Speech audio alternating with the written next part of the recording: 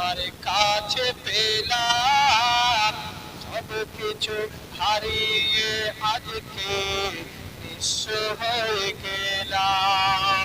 কত আদর কত স্নেহ তোমার কাছে পেলাম সব কিছু হারিয়ে আজকে নিঃস্ব হয়ে গেলাম। ভালোবাসি তোমায় বাবা বুকটা যে যায় ছিঁড়ে, ভালোবাসি তোমায় বাবা বুকটা যে যায় ছিঁড়ে। তোমার কথা হৃদয় মাঝে পড়ছে বারে বারে। বাবা গো বাবা, বাবা গো বাবা, বাবা তুমি কেমন আছো ছোট মাটির ঘরে? তোমার কথা হৃদয় মাঝে পড়ছে বারে বারে। বাবা তুমি কেমন আছো ছোট মাটির ঘরে? তোমার কথা হৃদয় মাঝে পড়ছে বারে বারে। ধরে বলুন সুবহানাল্লাহ। তোমার মতো এত আদর, তোমার মতো এত আপন পাই না তো আর খুঁজে। তাই তো আজ ঘুমের ঘরে অশ্রুতে যায় ভিজে। তোমার মতো এত আপন পাই না তো আর খুঁজে। তাই তো আজ ঘুমের ঘরে অশ্রুতে যায় ভিজে। সুখে থেকো বাবা তুমি জান্নাতের ভেতরে, সুখে থেকো বাবা তুমি জান্নাতের ভেতরে। তোমার কথা হৃদয় মাঝে পড়ছে বারে বারে। বাবা গো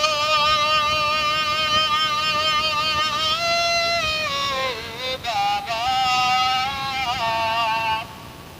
বাবা গো বাবা, বাবা তুমি কেমন আছো ছোট মাটির ঘরে? তোমার কথা হৃদয় মাঝে পড়ছে বারে বারে। ধরে বলুন সুবহানাল্লাহ। বুঝতে পারছেন কথা আমার? বুঝেই সুবহানাল্লাহ বলবেন। একটা মানুষ গেছে বাবা ডাক্তারের কাছে, ওকে ডাক্তার চিকিৎসা করার পরে ওকে বলেছে যে আপনি বাড়িতে যান, আপনি বাড়ি থেকে ইউরিন নিয়ে আসবেন, পেশাব নিয়ে আসবেন, রক্ত পরীক্ষা করতে হবে। এবার বাড়িতে গেছে, মানুষটা কিন্তু বুঝতে পারেনি যে ওখানে রক্ত ওখানে আপনার পেশাব থাকবে, বাড়ি থেকে নিয়ে আসতে হবে, বুঝতে পারেনি। মোটা মোটা ধরনের মানুষ ছিল, ডাক্তারের কাছ থেকে বাড়িতে গেছে। এবার বাড়িতে যাওয়ার পথে বাজার থেকে একটা মাটির কলসি কিনেছে, মাটির কলসি কিনে নিয়ে কিন্তু বাড়িতে গেছে। বাড়িতে যাওয়ার পরে প্রায় এক সপ্তাহ ধরে কলসিতে পেশাব করেছে, পেশাব করে কলসি কিন্তু ধরে দিয়েছে। ধরে নিয়ে 8 দিন পরে একবার হেঁটেছে ডাক্তারের কাছে। ধরা কলসি আপনার যখন নিয়ে গেছে, একবার এদিকে হিটছে একবার ওদিকে হিটছে, হিটতে হিটতে কিন্তু শরীর কিন্তু ভিজে গেল।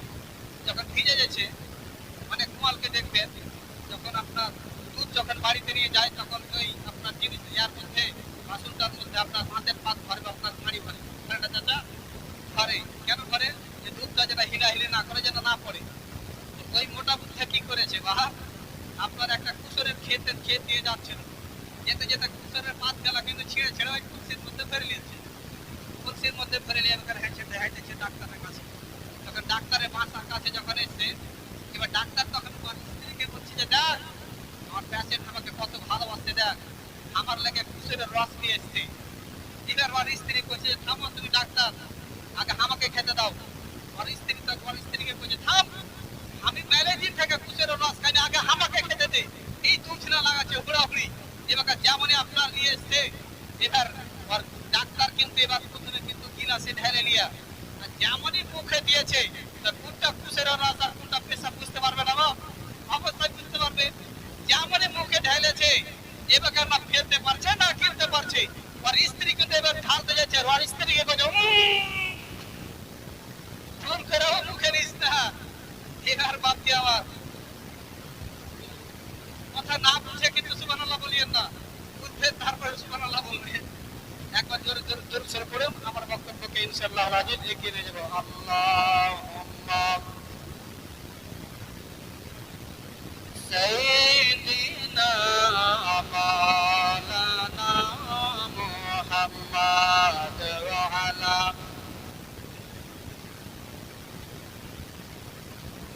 মাওলানা মুহাম্মাদ সাল্লাল্লাহু আলাইহি ওয়াসাল্লাম। একদিনের জালসাতে বাপ কি বলবো আর কি ছাড়বো, চলুন একটু বিশ্ব নবীর আপনার মিটিং হওয়ার একটু ঘটনা আপনাদেরকে শুনিয়ে দিই। রাত অনেক হয়ে গেছে, আপনাদেরকে কষ্ট দেবো না, মনোযোগ দিয়ে শুনবেন। আমার নবীজির আব্বাজানের নাম কি ছিল বাপ বলেন তো, কি ছিল? আব্দুল্লাহ। চালাক মানুষ আপনারা বুঝতে গেছে, ওকে ভাত মনে হয় মারবেন লাগছে। আমার নবীজির দাদুর নাম কি ছিল? Abdul Muttalib. ভালোই মুখস্থ আছে। জানাবে আব্দুল মুত্তালিব রাদিয়াল্লাহু তাআলা একদিন রাত্রিবেলাতে ঘুমিয়ে আছে।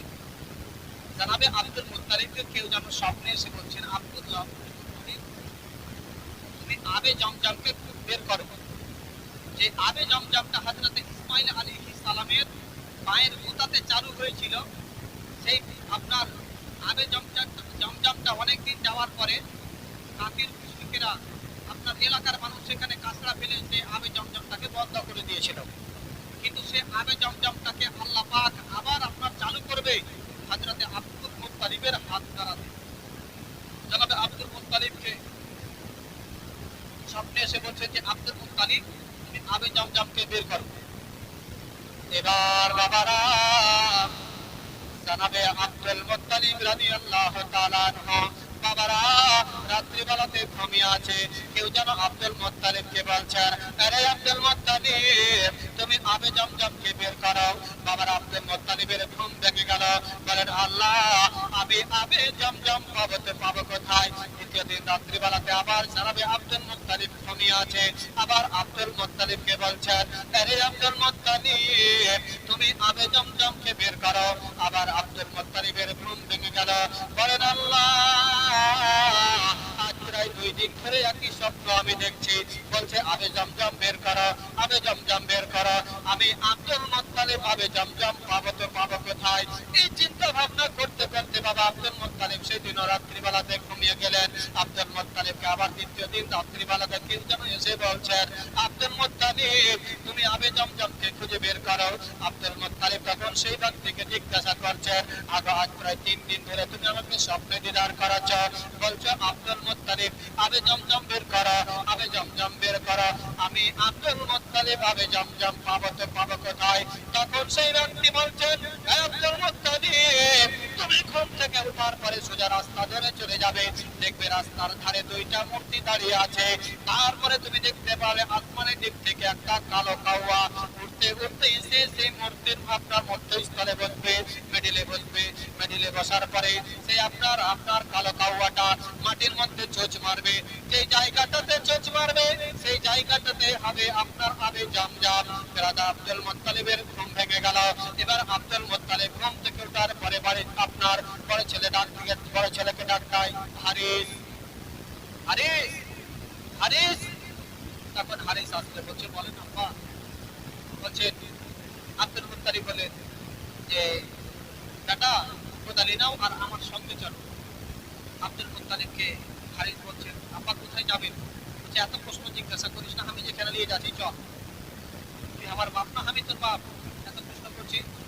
বলছে ঠিক আছে আব্বা চলে। এবার বাবা জানাবে আব্দুল মুত্তালিবের বড় ছেলে হারিসকে সঙ্গে করে আব্দুল মুত্তালিব রাস্তা ধরেছে। বাবা রাস্তা ধরে যেতে যেতে আপনার দেখেন ঠিকই রাস্তার ধারে 2টা মূর্তি আপনার দাঁড়িয়ে আছে। জানাবে আব্দুল মুত্তালিব এবার মনে মনে চিন্তা করছেন, আল্লাহ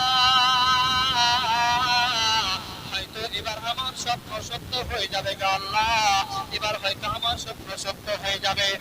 এবার কিন্তু জনাবে আব্দুল মুত্তালিব এটাও চিন্তা করছে, বলেন আল্লাহ গো, আমি তো স্বপ্নের মাধ্যমে দেখেছিলাম যে আসমানের দিক থেকে একটা কালো কাওয়া উঠতে উঠতে আসবে, আর এই যায় আপনার দুইটা মূর্তির মধ্যে স্তরে বসবে, মিডিলে বসার পরে সেই আপনার কালো কাওয়াটা মাটির মধ্যে চোখ মারবে, কিন্তু ব্যাপারটাকে আমি কেন দেখতে পাই না, এই চিন্তা ভাবনা করছে। হঠাৎ করে দেখেন আসমানের দিক থেকে একটা কালো কাওয়া উঠতে উঠতে বাবা এসে আপনার দুইটা মূর্তির মধ্যে স্তরে বসলো। মধ্যে স্তরে বসার পরে সে আপনার কালো কাওয়াটা যেন চোখ মারছে। এবার আব্দুল মুত্তালিব বলেন, বেটা হারিস রে, আর দেরি করা যাবে না, যা ওই জায়গাটা খনন করতে শুরু কর। আব্বাজিরা আমার, জায়গাটা আপনার খনন করতে শুরু করেছে। জমির মালিক এসে আব্দুল মুত্তালিবের হাত ধরে নিয়েছে। এখন বলেন, গোপালনগর থেকে আমি যদি এসে আপনাদের এই সারদাতে যদি মাটি খনন করেন, বাধা দিবে কি দিবে না? যে মুফতি সাহেবের হয়তো মাথা খারাপ হয়ে গেছে, বাড়ি কোটে গোপালনগর এখানে এসে মাটি খনন করছে। আব্দুল মুত্তালিবের হাত ধরে নিয়েছে জমির মালিক, বলছে আপনি কি জানেন না এই সময় মক্কাতে আপনার পাবন্দি লাগিয়ে দেওয়া আছে যে কেউ মাটি খনন করতে পারবে না, কেন আপনি মাটি খনন করছেন? আব্দুল মুত্তালিব বলেন, জমির মালিক ভাই, এই জায়গাতে আবে জমজম লুকিয়ে আছে, এই জন্য আমি আব্দুল মুত্তালিব এই জায়গাটাকে খনন করছি। এবার জমির মালিক বলেন, আব্দুল মুত্তালিব তোমার মাথা কি খারাপ হয়ে গেছে? দেখো মক্কার মানুষ আপনার আবে জমজম খোঁজার জন্য অনেক জায়গাতে আপনার গর্ত করে উঁচু উঁচু করে রেখে দিয়েছে মাটিকে, কেউ এই মক্কাতে কেউ আবে জমজম পায়নি, তুমিও পাবে না, তোমার খুঁজে কোনো লাভ হবে না। আব্দুল মুত্তালিবের সঙ্গে এক কথা দুই কথা হতে হতে আপনার বাবা এলাকার মানুষ জমা হয়ে গেল। আব্দুল মুত্তালিব বলল, এই জমির মালিক ভাই, আমার বিশ্বাস এই জায়গাতে আবে জমজম আছে, তুমি বলছো এই জায়গাতে আবে জমজম নাই, তাহলে শোনো, যদি এই জায়গাতে যদি আবে জমজম না থাকে, আমি আব্দুল মুত্তালিব আমার আধা সম্পত্তি তোমাকে আমি লিখে দেব। তখন সে আপনার জমির মালিক মনে মনে ভাবলো যে আব্দুল মুত্তালিব জমি পাই নাই পাক, আমি তো আব্দুল মুত্তালিবের আধা সম্পত্তি পেয়ে যাব। ঠিক আছে, খনন করো। আমার বাবারা জমি আপনার খনন করতে শুরু করেছেন। খনন করতে করতে আপনার তীর কামান বেরিয়ে আসতে লেগেছে। এবার আব্দুল মুত্তালিব বলছেন, বেটা হারিস রে, জমি আরো বেশি করে খনন করো। আমার বাবা করতে করতে আপনার এক পর্যায়ে আপনার একটা মূর্তি বেরিয়ে এসেছে। মূর্তিটা আপনার লোহার ছিল না, তাম্বার ছিল না, পিতলের ছিল না, মাটির ছিল না, সে মূর্তিটা ছিল আপনার সোনা। জোরে জোরে বলা যাবে না সুবহানাল্লাহ। এবার আব্দুল মুত্তালিব বলছেন, বেটা রে, তুই খাস পেয়ে গেছিস, দে আমাকে কোদালটা দে। এবার আব্দুল মুত্তালিব কোদালে নিয়ে বাবা যেমনই আপনার মাটি খনন করতে লেগেছে, যেমন বিসমিল্লাহ বলে একটা কোপ মেরেছে, সঙ্গে সঙ্গে আপনার আবে জমজম ছোড়া মেরে চালু হলো। যখন চালু হলো, আপনার মক্কার লোকেরা আব্দুল মুত্তালিবকে আপনার জড়িয়ে ধরে কাদের উপরে উঠিয়ে নিল। একবার গোটা মক্কাতে আপনার ঘোরাতে লাগলো, আব্দুল মুত্তালিব জিন্দাবাদ, আব্দুল মুত্তালিব জিন্দাবাদ। গোটা মক্কাতে বাবা নারে লাগাতে লাগলো, আর বললো, তুমি আপনার এই মক্কার প্রত্যেকটা মানুষের কথা মিথ্যা হলে আব্দুল মুত্তালিবের কথা মিথ্যা হবে না, হবে না। আব্দুল মুত্তালিব ঠিকই বলেছে। আব্দুল মুত্তালিবের মান সম্মান বেড়ে গেল। আব্দুল মুত্তালিবকে কাবা ঘরের মুতাওয়াল্লি বানিয়ে দেওয়া হলো, আপনার মক্কার সর্দার বানিয়ে দেওয়া হলো। সর্দার যখন হয়ে গেল, আব্দুল মুত্তালিবের দায়িত্ব বেড়ে গেল। আব্দুল মুত্তালিবের দায়িত্ব বেড়ে গেল। জানাবে আব্দুল মুত্তালিব এই খুশিতে এসে কাবা ঘরের গিলাফকে ধরে আল্লাহর কাছে একটা মান্নত করে নিলেন যে আল্লাহ, তুমি আমাকে সম্মানিত করেছো। আল্লাহ গো, আমাকে তুমি 10টা সন্তান দিয়েছো। 10টা সন্তান যদি আমার সহি সালামত যদি বেঁচে থাকে, বড় হয়, আল্লাহ এই 10টা সন্তানের মধ্যে যেটা সব থেকে সুন্দর হবে, ভালো হবে, আল্লাহ তোমার রাহে আমি একটাকে কুরবানি করে দেবো। জোরে বলুন সুবহানাল্লাহ। এই ফরিয়াদটা কিন্তু আল্লাহ দরবারে কবুল হয়ে গেল। আব্দুল মুত্তালিব মক্কার সর্দার হয়ে গেছে, দায়িত্ব বেড়ে গেছে। এখন আপনাদের এখানে আমি জালসাতে এসেছি, কালকে পরশু দেখালো যেমন জালসা নেই, ফাঁকা আপনাদের সঙ্গে সময় দিতে পারবো, কিন্তু যখন আমার প্রতিদিনই জালসা থাকবে তখন কি আর সময় দিতে পারবো? পারবো না। জানাবে আব্দুল মুত্তালিবের দায়িত্ব বেড়ে গেছে। গ্রামে যখন কোনো মানুষ মেম্বার হয় না, আপনার সঙ্গে ঘন্টার পর ঘন্টা পার করে যায়, বসে না ঘন্টার পর ঘন্টা পার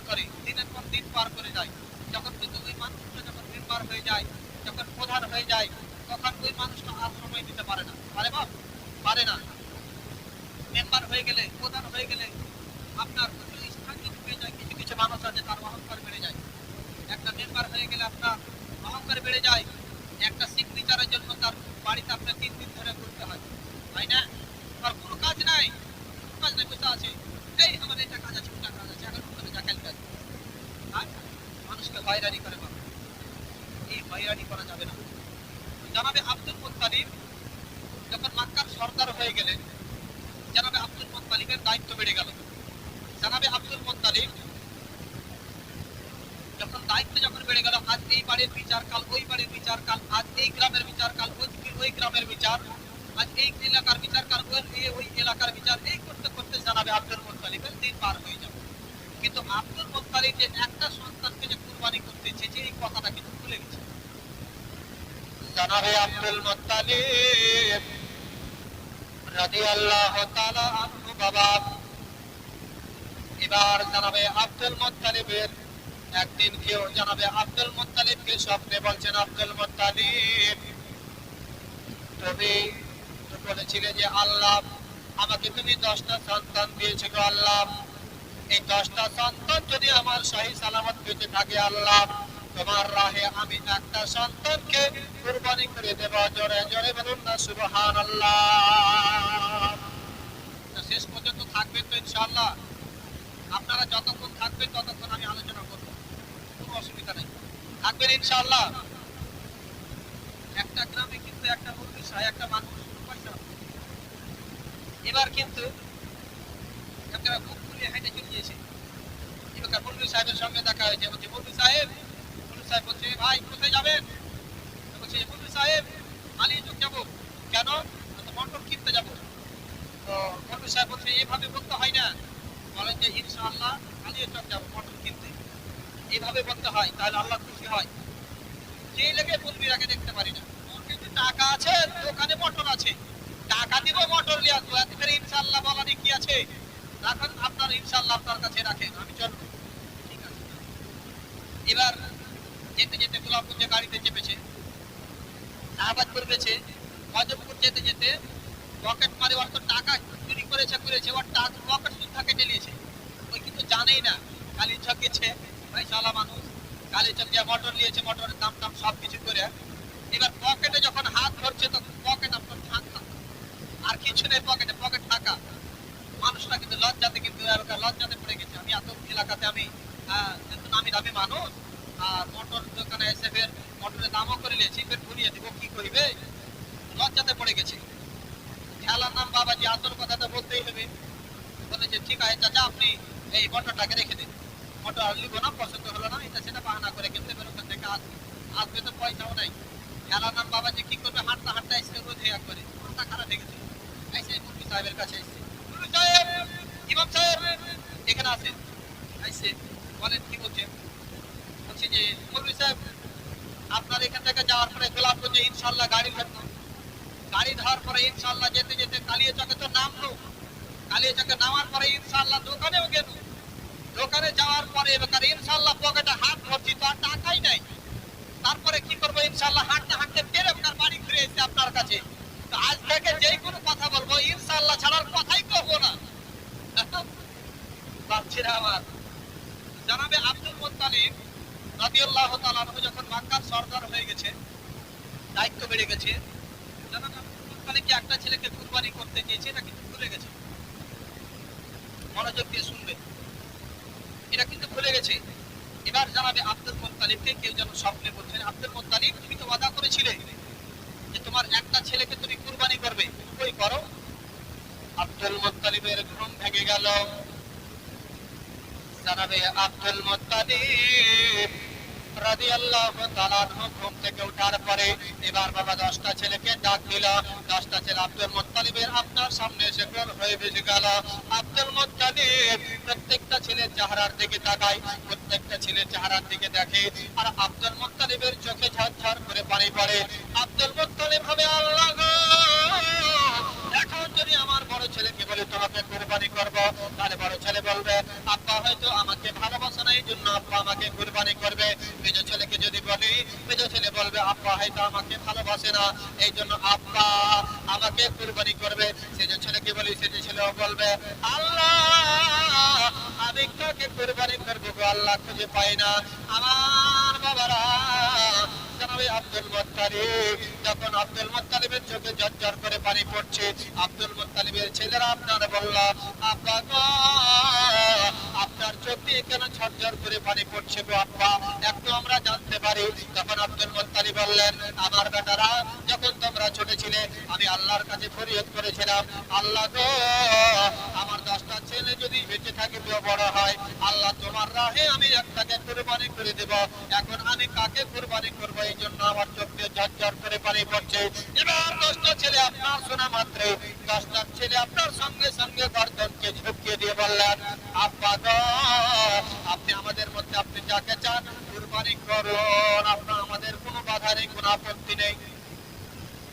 এখন যদি আমার ছেলেকে যদি বলি বেটার আমি মান্নত করেছিলাম তোকে কুরবানি করব, তাহলে বেটা আপনার বাপকে বলবে আব্বাজি আপনার বয়স 60 থেকে 70 বছর হয়ে গেছে, এক পা কবরে চলে গেছে, এক পা করে আছে, আর তুমি কয়দিন বাঁচবে, তুমি কোনো কাজ পাওনি, তুমি এই মান্নত করতে গেছো, আগে আইসো তোমাকে আগে জবাই করি, তোমাকে কুরবানি করি, বলতো কিনা বাপ?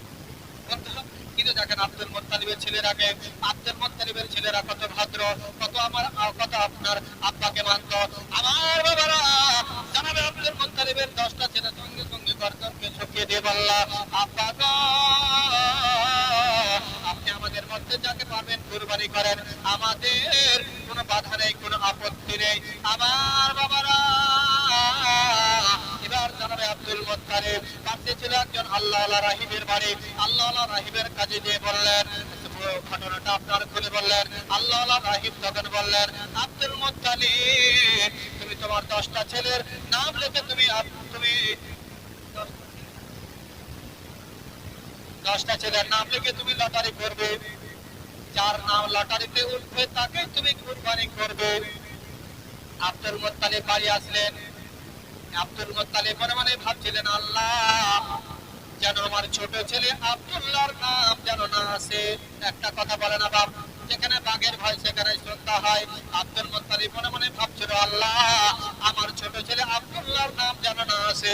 লটারি করা হলো বাবা, অন্য কোনো ছেলের নাম আসলো না, আব্দুল্লাহর নাম ভেসে আসলো। আবার লটারি করা হলো, আবার আব্দুল্লাহর নাম ভেসে আসলো। আবার লটারি করা হলো, আবার আব্দুল্লাহর নাম ভেসে আসলো। যখন বারবার আব্দুল্লাহর নাম ভেসে আসে, এবার আব্দুল্লাহকে বলে আব্দুল্লাহ রে তুমি তৈরি হয়ে যাও, আমার আল্লাহ তোমাকে বেশি পছন্দ করেছে, অদয়া আব্দুল্লাহ তোমাকে আমি কুরবানি করব।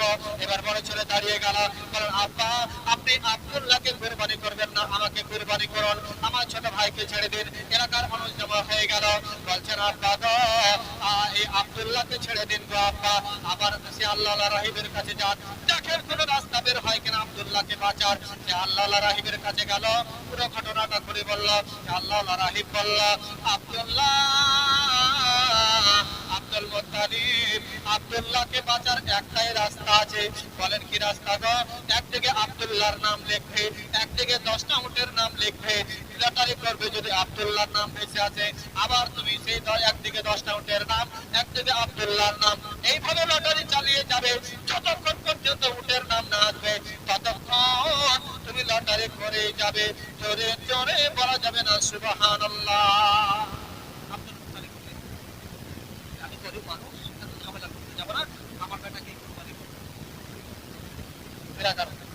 এলাকার মানুষ দাঁড়িয়ে গেল, একজন বলছেন আব্দুল মুত্তালিব আব্দুল্লাহ কুরবানি করতে দেবো, যান আমার সমাজ থেকে 100টা উট দান করে দিলাম। আরেকজন দাঁড়িয়ে গেল, বলছেন আমি 100 উট দান করলাম। এই করতে করতে একটা লাইন লেগে গেল, লাইন লেগে গেল বাপ। এবার জানাবে আব্দুল মুত্তালিব লটারি শুরু করলেন, আব্দুল্লাহর নাম ভেসে আসলো, একদিকে 10টা উটের নাম, একদিকে আব্দুল্লাহর নাম। যখন আপনার লটারি করা হলো, আব্দুল্লাহর নাম ভেসে আসলো, আবার লটারি করা হলো, আবার আব্দুল্লাহর নাম ভেসে আসলো।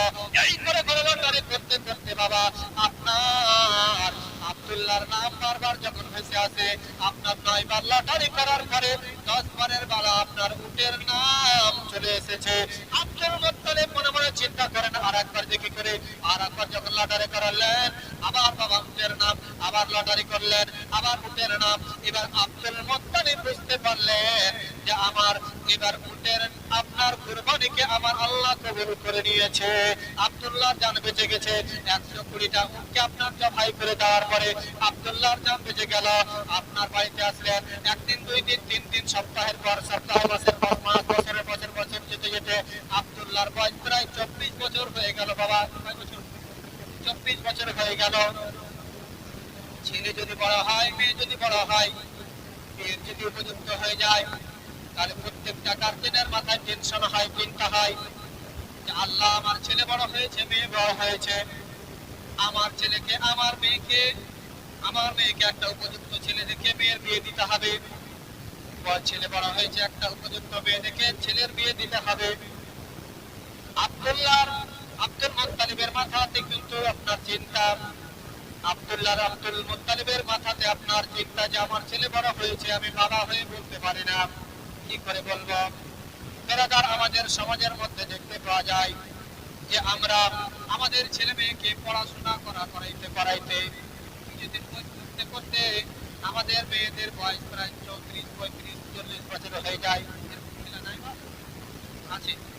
আচ্ছা বলেন, আপনি কি জেনে আছেন যে আপনার মহিলা হচ্ছে আল্লাহর ওলি? আপনার মেয়েকে আপনি বিয়ে দিচ্ছেন না, আপনার মেয়ে যদি কোনো খারাপ কাজে যদি লিপ্ত হয়, এই গুনাহ আপনার নামায়ে আমলে লিপিবদ্ধ করা হবে। আপনি পড়ার জন্য, আপনি কোনো চাকরির আশাতে, আপনি কোনো ভালো জায়গাতে পৌঁছার জন্য, বা আপনি কোনো কারণে আপনার মেয়েকে বিয়ে দিচ্ছেন না, আপনার ছেলেকে বিয়ে দিচ্ছেন না, আব্বাজির আমার সঠিক সময়ে বিয়ে দিয়ে দিন। বিয়ের পরে পড়াশোনা করা যাবে, বিয়ের পরে আপনার সব কিছু করা যাবে, এই জন্য দেরি করা যাবে না। আপনার ছেলের যখন উপযুক্ত যখন বয়স হয়ে যাবে, তখন ছেলের বিয়ে দিন। আপনার ছেলে গুনাহ থেকে বেঁচে যাবে, আপনার ছেলে কোনো আজে বাজে মেয়ের পিছে দৌড়াবে না, তখন আপনিও আপনার ছেলের কারণে আপনার নামায় আমলে গুনাহ লিপিবদ্ধ করা হবে না। আব্দুল মুত্তালিব রাদিয়াল্লাহু তাআলা আনহুর মাথায় টেনশন যে আমার ছেলে বড় হয়েছে, আমার ছেলেকে আমি কি করে বলবো। এই আপনার টেনশন যখন হতে লাগলো, আব্দুল মুত্তালিবের বন্ধুরা আপনার রাস্তা দিয়ে হেঁটে যাচ্ছে। আব্দুল মুত্তালিব তখন ভাবছেন এই যে সময়, এবার আব্দুল মুত্তালিব তার বন্ধুরাকে ডেকে বললেন, এই আব্দুল্লাহর বন্ধুরা, আমার আব্দুল্লাহ বড় হয়েছে, বিয়ের বয়স হয়ে গেছে, যদি একটা কাজ করে দিতে পারিস, তাহলে তোদেরকে আমি 5টা করে টাকা, 10টা করে টাকা দিব, এবং এই আরবের সব থেকে যেটা দামি খেজুর সেটা তোদেরকে 5 সেন্ট করে দিব। সেই জামানাতে আপনার 10 টাকা মানে এখনকার 10,000 টাকাও সমান হবে না, আপনার সমান হবে না। এই চাচারা মনে হয় আপনার 20 মিয়া 5 মিয়াতেও আপনারা সেই জামানাতে আপনারা সব করেছেন, বাজার করেছেন, পারেননি। কিন্তু এখনকার ছেলে আমরাকে যদি বলেন না 20 মিয়া হয়তো কিনতে পারবো না। সেই জামানাতে আপনার 10 টাকা মানে অনেক টাকা। এবার ছোট ছোট ছেলে আপনাদের একটা কাজ যদি করে দিতে পারিস, তোদেরকে 10টা করে টাকা দিব, আর আরবের যেটা সব থেকে দামি খেজুর তোদেরকে 5 সেন্ট করে দিব। তখন ছেলেগুলো জিজ্ঞাসা করছে, চাচা কি কাজ করতে হবে? বলছে কাজ এটাই করতে হবে যে আব্দুল্লাহকে সে তোরা যে জিজ্ঞাসা করবি যে আব্দুল্লাহ বিয়ে করবে কি করবে না। ছোট কাজের জন্য টাকা পাবো, সব টাকার জন্য আব্দুল্লাহর কাছে এসছে, এই কথা সেই কথা গল্প করতে করতে আপনার কাজের কথা বলে ফেলেছে। বলছে, আরে ভাই আব্দুল্লাহ, অনেক ধরে মাংস খাইনি, বিয়ে খাইনি, তোর বয়স তো প্রায় 24 বছর হয়ে গেল, তুই কি বিয়ে শাদী করবি না? এবার আব্দুল মুত্তালিব বলছে, আব্দুল্লাহ বলছে, আরে ভাই, একটা মানুষ জীবনে বিয়ে করে তো করে কয়বার? আব্দুল্লাহর বিয়ে করে তো করে কয়বার মানে? আমরা তো জানি যে তোর বিয়ে হয়নি। বুঝে শুনতে হবে। একদিন রাত্রিবেলাতে আমি ঘুমিয়েছিলাম, আল্লাহর পয়গম্বর হযরত ইব্রাহিম আলাইহিস সালাম এসে বলল যে আব্দুল্লাহ, তোমার বিয়ে আসমানে হয়ে গেছে, দুনিয়ার মানুষের বিয়ে হয় জমিনে, তোমার বিয়ে হয়েছে আসমানে। তোমার আব্বাকে বলে দিও, তোমার আব্বা যেন কোনো মহিলা, কোনো মেয়ে যেন না খোঁজে। তখন এই কথা শোনার পরে আব্দুল্লাহ বন্ধুরা মাথায় হাত, যে কত খারাপ, চাচার কাছ থেকে 10টা করে টাকা পেতাম, 5 সেন্ট করে খেজুর পেতাম, আমও গেল ছালাও গেল, মন খারাপ। যে খারাপ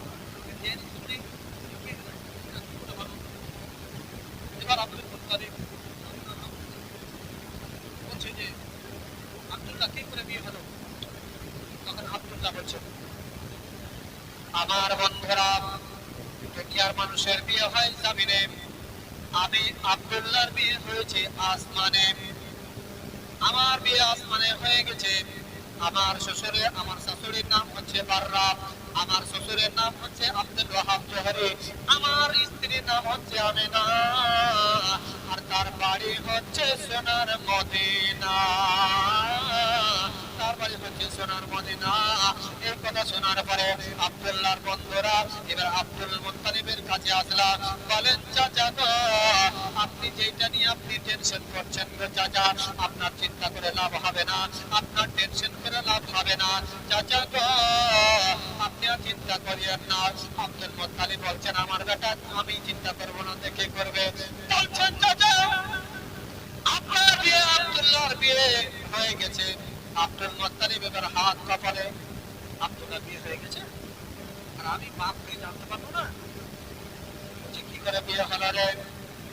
বলছেন চাচা গো, আব্দুল্লাহ একদিন রাত্রিবেলাতে ঘুমিয়েছিল, আব্দুল্লাহকে কেউ যেন স্বপ্নে এসে বলেছেন, আব্দুল্লাহ তোমার আব্বাকে বলে দিও, তোমার আব্বা যেন কোনো জায়গাতে যেন পাত্রী না খোঁজে, তোমার আব্বা যেন কোনো জায়গাতে মেয়ে না খোঁজে, তোমার বিয়ে আসমানে হয়ে গেছে।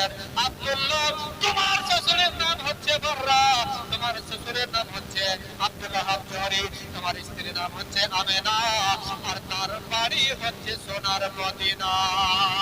আমার বাবারা, এবার আব্দুল্লাহর বন্ধুরা বললেন, চাচা গো, আসমানের বিয়ে দুনিয়ার মানুষ মানবে না, যত তাড়াতাড়ি হয় আপনি যান আর মদিনাতে একটা যে আমেনার বাবার সঙ্গে কথা বলে আসুন, একটা দিন নির্ধারিত করে আসুন।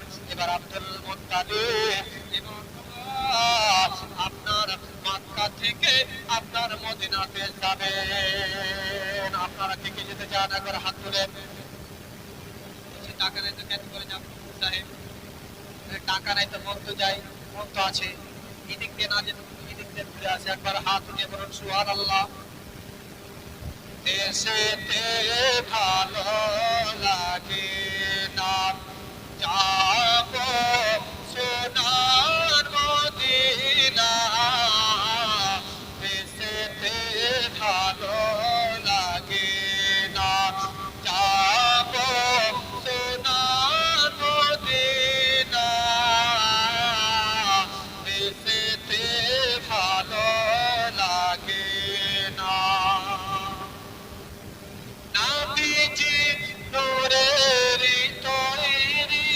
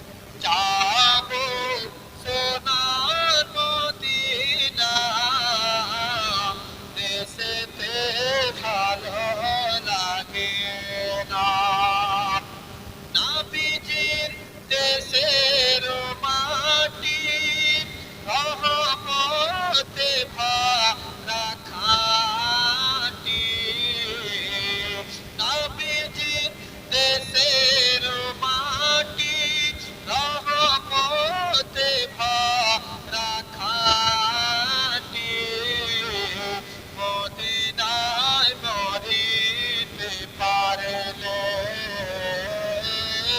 মদিনায় মরিতে পারলে ভুলতাম দুঃখ জ্বালা দেশেতে ভালো লাগে না যাবো ভুলে গেছেন নাকি যাবো সোনার মদিনা দেশেতে ভালো লাগে না আমার বাবারা এবার জানাবে আব্দুল মুত্তালিব এবার মক্কা থেকে বাবা মদিনাতে চলে গেলেন মদিনাতে যাওয়ার পরে আব্দুল মুত্তালিব রাস্তার মধ্যে দাঁড়িয়ে দাঁড়িয়ে ভাবছেন আল্লাহ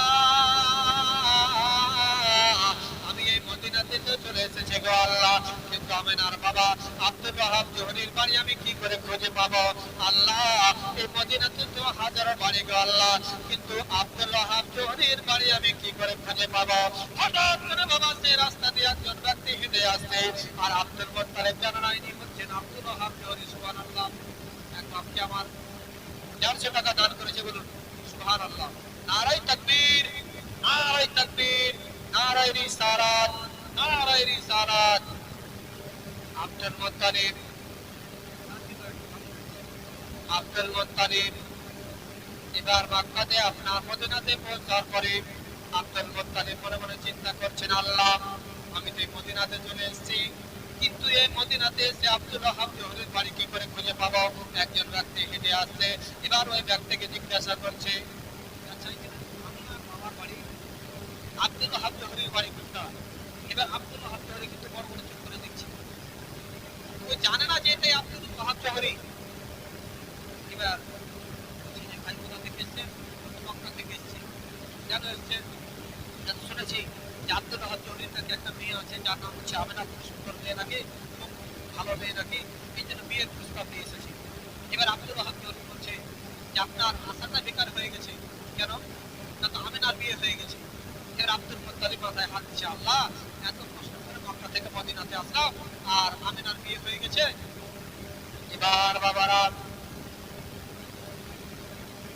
জানাবে আব্দুল মুত্তালিব তখন সেই ব্যক্তিকে যা আপনার আব্দুল ওয়াহাব জোহরিকে বলল ভাই বিয়ে হলো তো কি করে হলো বলছেন আব্দুল ওয়াহাব জোহরি বলল রে আব্দুল মুত্তালিব আমেনার হয়ে বিয়ে কি করে হলো তাহলে শোনো আমি একদিন রাত্রিবেলাতে ঘুমিয়েছিলাম একটা আল্লাহর পয়গম্বর হযরত ইব্রাহিম আলাইহিস সালাম এসে আমাকে স্বপ্নের মাধ্যমে বলল আরে আমেনার বাবা তোমার আমেনার বিয়ে আসমানের উপরে হয়ে গেছে তোমার আমেনার জন্য কোনো আর পাত্র খুঁজবে না তোমার জামাইয়ের নাম হচ্ছে আব্দুল্লাহ তার বাবার নাম হচ্ছে আব্দুল মুত্তালিব এই বাবা কথা বলা মাত্র আপনার আব্দুল মুত্তালিব আব্দুল ওয়াহাব জোহরিকে আপনার জড়িয়ে ধরেছে বিয়ে যদি এক জায়গাতে হয়ে যায় দুনিয়ার গল্পের খেপাটার মধ্যে ঠিক না চায়ের মধ্যে যে চায়ের বসে যায় আপনার এক বেলার খাওয়া ছেড়ে দিবে কিন্তু আর গল্প শেষ করে না আপনার এক জায়গাতে হয়ে যায় একটা দিন নির্ধারিত হয়ে গেল দিনটা হলো আপনার জিলহজ মাসের চাঁদের 10 তারিখ জিলহজ মাসের চাঁদের 10 তারিখ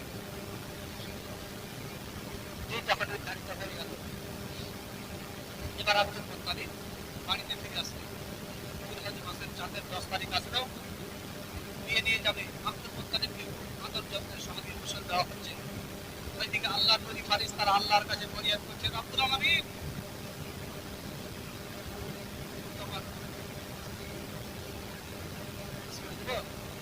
যাই হোক বুঝতে পারছি বলার তো অনেক ছিল বাবা অনেক বলার ছিল তাই আজকে এই মাহফিল একমাত্র মাইয়াতকে কেন্দ্র করে তার রুহের মাগফিরাতের জন্য করা হয়েছে বাপ তাহলে আমরা যদি বাবা মাকে যদি হারিয়ে দিই, আমি তো মনে করি যেটা পারবেন একটু আল্লাহর রাস্তায় একটু দিয়ে যাবেন, মরণকে স্মরণ করে। বাপদের আমার, দুনিয়ার সম্পদ, গাড়ি বাড়ি আপনার সব পড়ে থাকবে, আপনাকে খালি হাতে অন্ধকার কবরে চলে যেতে হবে বাপ। কবর একটা এমন একটা ঘর, যেই ঘর থেকে দুনিয়ার কোনো মায়ের, দুনিয়ার কোনো বাবার, দুনিয়ার কোনো আপনার পাড়া প্রতিবেশীর খবর নেওয়া যায় না বাপ। আল্লাহ পানি বলেছেন যে তোমরা যদি দুনিয়াতে যদি সাদকায়ে জারিয়া যদি করে যেতে পারো, একটা ছেলেকে মাদ্রাসাতে পড়িয়েছো, একটা ছেলেকে মাকতাবে পড়িয়ে, একটা ছেলেকে যদি আলিম করতে পারো, তাহলে সেই ছেলেটা যতদিন পৃথিবীতে বেঁচে থাকবে তোমার জন্য দোয়া করবে। আল্লাহ পাক এই দোয়ার বরকতে আল্লাহ তোমাকে ক্ষমা করবে। জোরে বলেন সুবহানাল্লাহ। আপনি আজকের মাহফিলে 10 টাকা দান করলেন, 100 টাকা দান করলেন, এই দানটা আপনার হবে সাদকায়ে জারিয়া। আপনি মসজিদে আপনার একটা ফ্যান দিয়ে দিলেন, এখানে আপনারা যতজন আছেন 100 টাকা করে দিতে পারবেন আল্লাহর ওয়াস্তে, কবরকে স্মরণ করে। বাবা এতক্ষণ ধরে আলোচনা শুনলেন, সারা রাত আলোচনা শোনাটা বড় কথা নয়, সে আলোচনা শুনে আপনার সে তার উপরে আমল করাটাই সব থেকে বড়। খোদার ওয়াস্তে একটু আসবেন চটচট করে, আর দেরি করা যাবে না, রাত অনেক হয়ে গেছে। মন্দ ছিল যে আরো বলি, তো কি করবো, সময় অনেক হয়ে গেছে, ঠান্ডার রাত্রি। যত করে বললাম আল্লাহ যতটুকু বলালেন। একজন চাচা আমার 100 টাকা দান করেছেন। নারায়ে তাকবীর, নারায়ে তাকবীর, নারায়ে রিসালাত, নারায়ে রিসালাত। একজন চাচা আমার 100 টাকা দান করেছে। আল্লাহ যেন তার দানকে কবুল করেন, মনের আশাকে যেন পূরণ করেন। রাব্বুল আলামিন তার খানদানের মধ্যে যারা অন্ধকার কবরে শুয়ে গেছে, আল্লাহ গো তাদের কবরকে আল্লাহ তুমি আলোকিত করে দিও, তাদেরকে আল্লাহ তুমি মাফ করে দিও। আল্লাহ যে আশা নিয়ে, যে উদ্দেশ্য নিয়ে আজকের মাহফিলে দান করেছে গো আল্লাহ, আল্লাহ তাদের দানকে তুমি কবুল করে নিও। আছেন দুই একজন আর বান্দা হবে, আপনার দুই একজন আর বান্দা হবে যে আজকের এই মাহফিলে হুজুর আমিও 5 টাকা দিয়ে, 10 টাকা দিয়ে, 100 টাকা দিয়ে আজকে দানে অংশগ্রহণ করলাম। আজকে আপনাদেরকে আমি বলবো যে আপনারা আজকের এই মাহফিলে, জান্নাতের বাগানে এসে এই মাহফিলে কেউ খালি হাতে যাবেন না বাপ, কেউ আপনার পকেটে টাকা নিয়ে বাড়িতে যাবেন না। যে যা পারবেন কমসে কম 10 টাকা দিয়ে হলেও আজকের এই মাহফিলে এই দানে অংশগ্রহণ করবেন বাপজি আমার। কারণ আল্লাহ নবী বলেছেন তোমরা অতক্ষণ পর্যন্ত মরিও না যতক্ষণ তোমরা পূর্ণ মুমিন এবং মুসলমান না হতে পেরেছো। আরেকজন চাচা আমার 40 টাকা দান করেছে। আল্লাহ যেন দানকে কবুল করেন, মনের আশাকে যেন পূরণ করেন। যে না শেষ করে একবার থামেন, শেষ করে। আর আমার আলোচনা আগে বাড়াবো না, একটা গজল পড়ে আমার আলোচনাকে শেষ করে।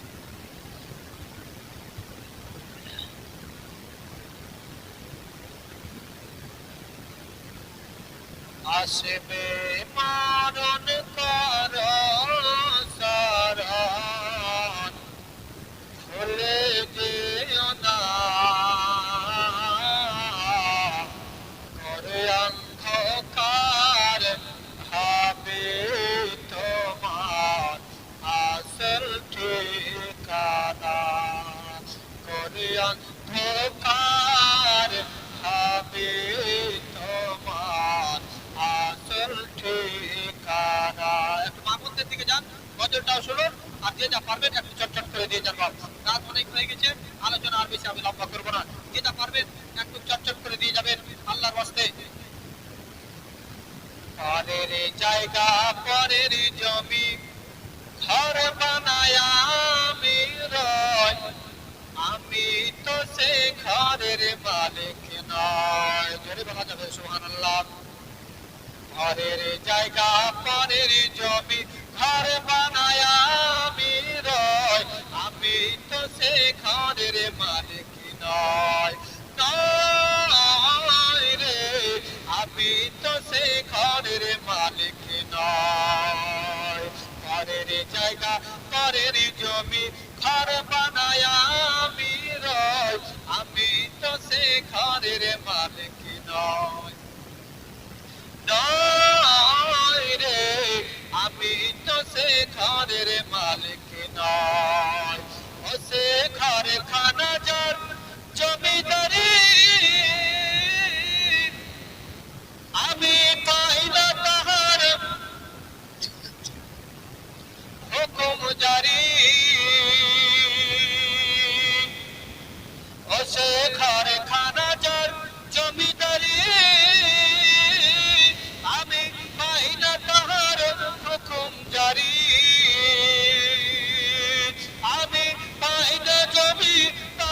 দেখো আমি পাই না জমিদারের টাকা মনের দুঃখ কারে কই আমি তো সে ঘরের মালিক নয় নয় রে আমি তো সে ঘরের মালিক নয়। আচ্ছা বলবো না ছেড়ে দেবো? বলবো। একবার জোরে বলেন তো সুবহানাল্লাহ, একবার হাত উঠিয়ে বলেন তো ইয়া রাসূলুল্লাহ, ইয়া রাসূলুল্লাহ, ইয়া রাসূলুল্লাহ। হ্যাঁ এবার যে জিন্দা আছে দুই একটা সবাই মারেনি। ঘরের জায়গা পরের জমি ঘর বানায় আমি রয় আমি তো সে ঘরের মালিক নয় নয় রে আমি তো সে ঘরের মালিক নয়। জমিদারের ইচ্ছা মতো দেই না জমি চাষ তাই তো ফসল ফলে না রে দুঃখ বারবার। জমিদারের ইচ্ছা মতো দেই না জমি চাষ তাই তো ফসল ফলে না রে দুঃখ বারবার। আমি খাজনা পাতি সবই দিলাম তবু জমিন আমার হয় যে নিলাম। আমি চলি যেটার মন জোগায়া আমি চলি যেটার মন জোগায়া দেখিলে লেনা সই আমি তো সে ঘরের মালিক নয় নয় রে আমি তো সে ঘরের মালিক নয়। ঘরের জায়গা পরের জমি ঘর বানায় আমি রই আমি তো সে ঘরের মালিক নয় নয় রে আমি তো সে ঘরের মালিক নয়।